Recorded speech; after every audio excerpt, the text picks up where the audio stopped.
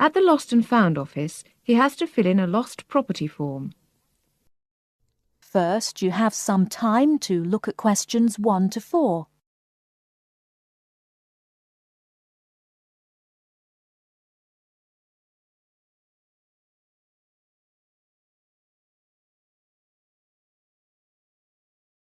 Now we shall begin. You should answer the questions as you listen, because you will not hear the recording a second time. Listen carefully and answer questions 1 to 4. Good evening, sir. Can I help you? Yeah, I think I left my camera on the train from London early today. Did you, sir? Oh, well. In that case, we'd better fill in a lost property form. Can you tell me your name? Yeah, it's Mark Adams. Okay. Your address? You mean in Britain or in the States? How long are you staying? Oh, I've still got a few months in Britain. Okay, then, can you give me your address here? Right. It's 21 Thames Drive, Leigh-on-Sea. That's Leigh on Sea, Essex.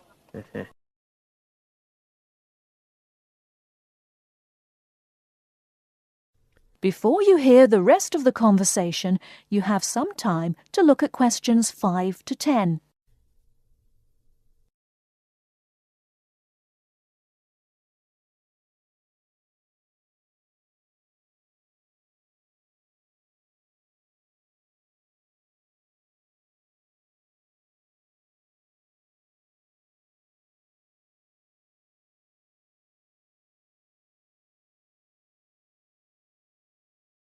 Now listen and answer questions 5 to 10.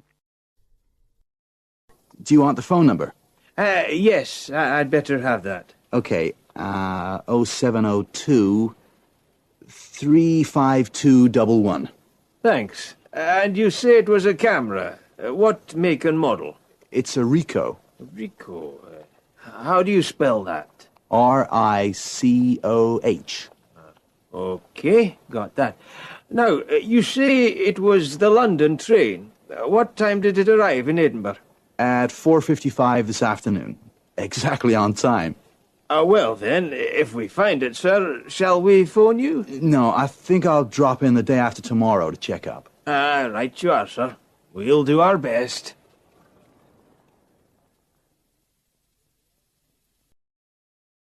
That is the end of part 1. You now have half a minute to check your answers.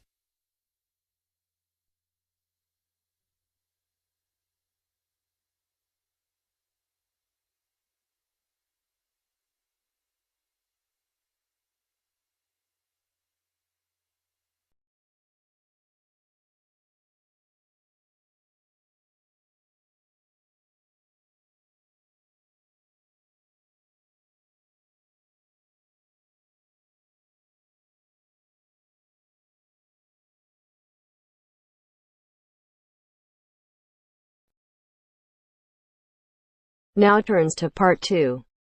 Part 2. You will hear a presenter on a radio phone-in show. The presenter is talking to a woman who was bitten by a poisonous spider. First, you have some time to look at questions 11 to 15.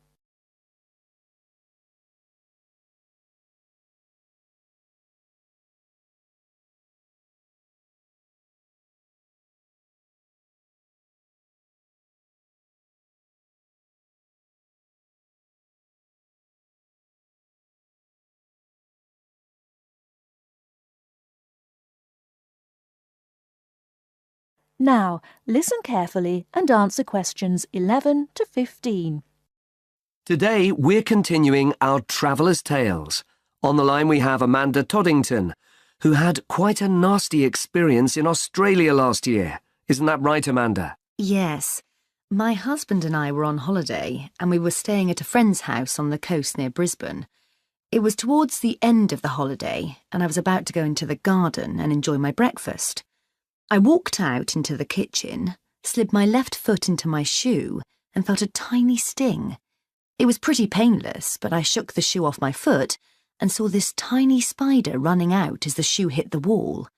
Anyway, not being an expert, I presumed the worst, that I'd been bitten by something that was going to kill me, and I completely lost control. I don't think I've ever screamed so much in all my life. We'd been told beforehand to always check our shoes before putting them on, as it's a common way to get bitten, so I suppose it was my own fault, really. So what was it that had bitten you? Tony, that's our Australian friend, he immediately asked me if I knew what had bitten me, and I pointed to the corner of the room where I'd last seen the spider. He picked up a jar and found the creature in the corner where the shoe had hit the floor. "It's a redback," he said, and he gently placed the jar over the spider. The funny thing was, we'd been talking about some of the creatures we needed to be careful of a few days previously, and as he said the name redback, the conversation came flooding back to me. In particular, the fact that the bite can be extremely painful. I've found out since that the redback is from the same family as the black widow spider, and it's the female that does the damage, which it turned out was what I'd been bitten by. You must have been absolutely petrified. You can say that again. I remember feeling quite confused. I wasn't in a great deal of pain to begin with, and yet I could see from our friends' faces that they were concerned. Tony explained that the venom or poison of the bite spreads quite slowly, so the pain doesn't feel too bad at first. Gwen, Tony's wife, brought an ice pack, and Tony held it against the bite to make it less painful. Apparently, you're not supposed to put a bandage on the area, as this can make it hurt even more. Tony tried to put my mind at rest by explaining that this was quite a common bite, that the hospital would have an antivenom, and that everything would be okay. But I was beginning to panic. We were flying back to the UK the next day, and I really didn't know what to do. Before you hear the rest of the talk, you have some time to look at questions 16 to 20.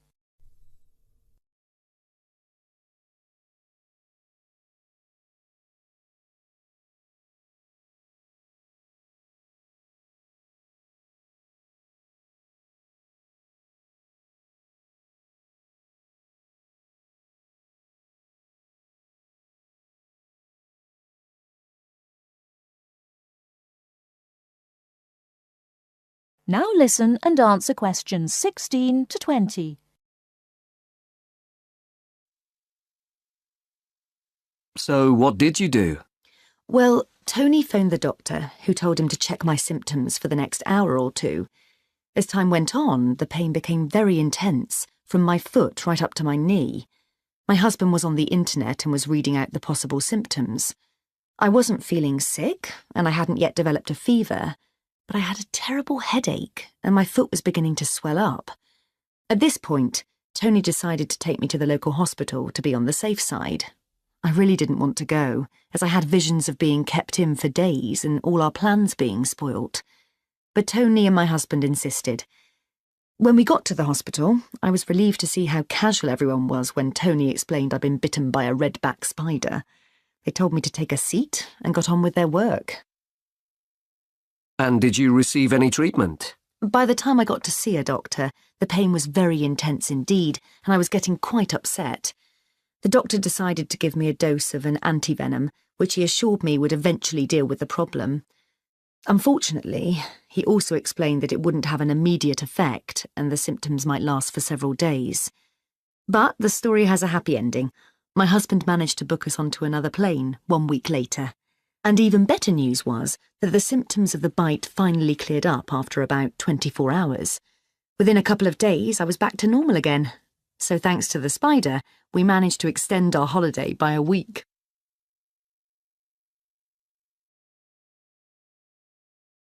That is the end of part 2. You now have half a minute to check your answers.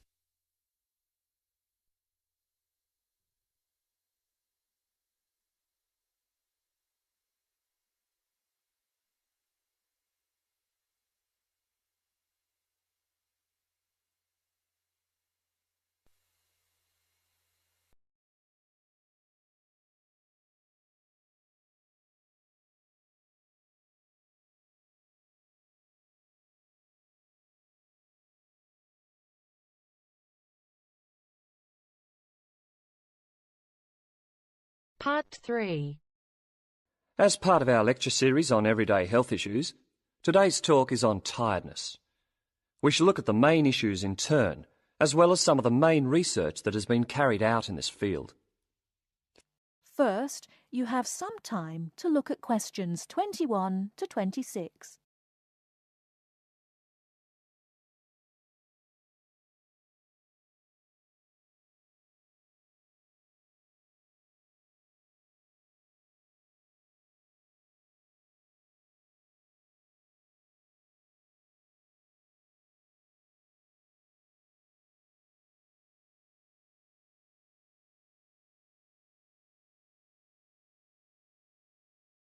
Now listen carefully and answer questions 21 to 26. Good morning. As part of our lecture series on everyday health issues, today's talk is on tiredness. We shall look at the main issues in turn, as well as some of the main research that has been carried out in this field. Firstly, it is clear that tiredness is on the rise. No official data exists on the rate of people reporting to doctors with recurring tiredness, but it's a very common complaint. Research suggests that people are not relaxing properly and often work when they do not have enough energy. Furthermore, products to boost energy are also on the rise. Sales of so-called energy drinks loaded with caffeine and sugar have grown by 23% over the last year. And this is not the only instance of an increase in products claiming to boost energy. Guarana, a herbal stimulant, can now be found in everything from chocolate bars to tea bags. Now let's examine what it is that's making people so tired. Dr. Liebhold, a Sydney GP, has done extensive research into this, and he believes that financial pressures, not taking holidays, and not having time off when you become ill due to fear of losing your job are all common causes. Some of the other suggested causes are low oxygen levels in offices, poor diet, or illness.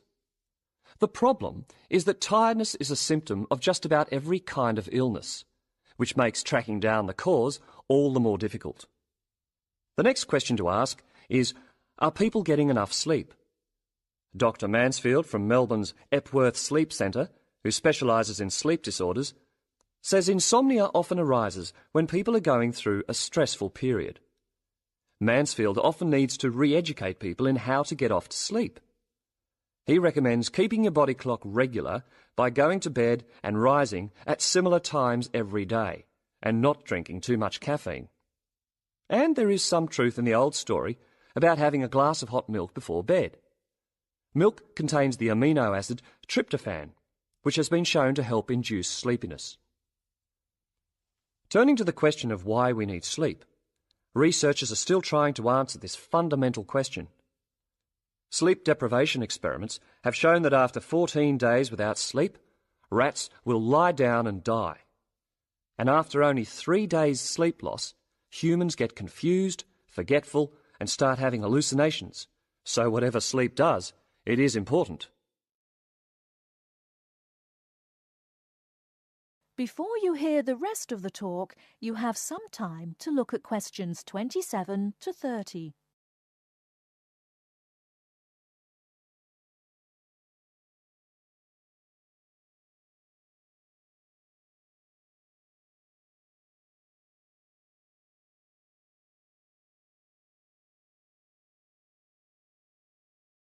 Now listen and answer questions 27 to 30. However, not all researchers feel the same way. Trent Watson of the Dietitians Association is not convinced by McMahon's theory, explaining that our bodies don't really like to burn protein as a fuel, so it doesn't really contribute to energy levels. Carbohydrates, however, found in fruit, breads and pastas, are a more common fuel. Anyone following a rigidly high-protein diet with low carbohydrates, even if they are operating at low intensity during the day, could subject themselves to fatigue because they just don't have the carbohydrate stores, Watson says. In general, a good way to stay energised from a dietary point of view is to eat red meat, green leafy vegetables and whole grains. These foods give red blood cells the building blocks for optimum performance in their role of delivering oxygen to muscles.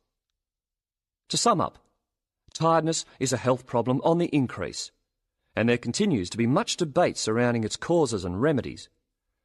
Now, if there are any questions, I'd be happy to answer them. That is the end of part 3. You now have half a minute to check your answers.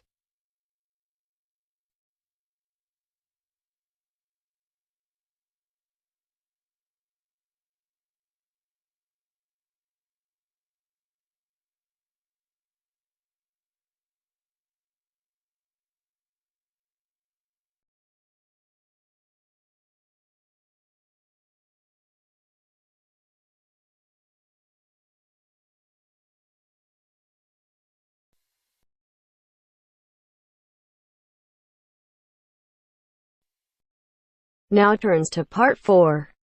Part 4. In this section, you'll hear a lecture on coral reef. First, you have some time to read questions 31 to 40.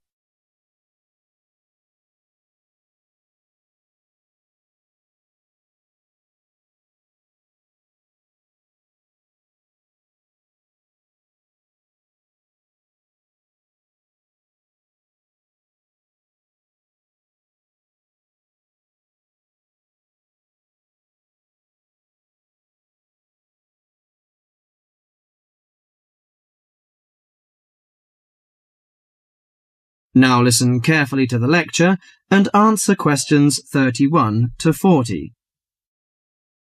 Do you fancy diving in the wonderful world of coral reefs, green sponges, colourful fish and red crabs? It is a rich garden beneath the waves. But how much do you know about the corals? Are they animals or plants? What are the threats to coral reefs? Today, Mr. Tim Harford, Executive Director of the Coral Reef Alliance, is going to introduce the facts about coral reefs. Good afternoon, everyone. Coral reefs are one of nature's most magnificent creations. It is filled with thousands of unique and valuable plants and animals. Over 1/4 of all marine species depend on healthy coral reefs. Humans also depend on coral reefs. These marine ecosystems are the primary source of food and income for millions of people, a vast repository of valuable chemical compounds and medicines, and a natural wave barrier that protect beaches and coastlines from waves and storms. Coral is actually the exoskeletons of coral polyps. Made from limestone, these skeletons build up over time, forming the reef. New corals are born each April. At a certain hour on a certain night, mature corals suddenly release clouds of eggs and sperm into the sea. After the fertilized eggs take root on the seafloor, they can grow up to 15 centimeters per year. Coral reefs are present in the waters of over 100 countries. These are warm, 18 to 29 degrees centigrade, shallow, sunny regions primarily between the tropics of Cancer and Capricorn. Only clear, warm salt water can support a coral reef. And because sunlight is crucial to the reef's survival, the water must also be shallow. The algae that grow on coral provide much of the coral's food. In deeper water, algae cannot get the sunlight they need to grow. Most coral reefs are in the tropics because natural conditions there are perfect. In their modern form, coral reefs have thrived on Earth for over 50 million years. In recent years, however, more than 11% of the world's reefs have been lost, with another 16% severely damaged during the El Niño event in 1998. Up to 32% of coral reefs may be destroyed by human activities in the next 30 years if we do not take action now. Corals and coral reefs are extremely sensitive. Slight changes in the reef environment may have detrimental effects on the health of entire coral colonies. These changes may be due to a variety of factors. One of the greatest threats to coral reefs is human expansion or development. As human population increases, so does the harvest of resources from the sea. Due to overfishing, reef fish populations have been greatly decreased in some areas of the world. The removal of large numbers of reef fish has caused the coral reef ecosystems to become unbalanced. As we know, corals are also very popular as decorations. A large amount of the most healthy corals are selected by commercial collectors. They sell the corals to souvenir shops, where a large number of tourists wait to purchase them as decorations or souvenirs. Coral reefs also receive much damage from both commercial and private vessels. The leakage of fuels into the water and the occurrence of spills by large tankers are extremely damaging to local corals. Although much of the coral reef's degradation is directly blamed on human impact, there are several natural disturbances which cause significant damage to coral reefs. The most recognized of these events are hurricanes or typhoons, which bring powerful waves to the tropics. These storm waves cause large corals to break apart and scatter fragments about the reefs. Home to a diverse community of creatures, coral reefs are underwater treasure chests of colour and activity. Predators and prey swim and crawl among the coral in nature's never-ending dance of life and death. This lively, fascinating world beneath the waves is just waiting to be explored. That is the end of part 4. You now have half a minute to check your answers.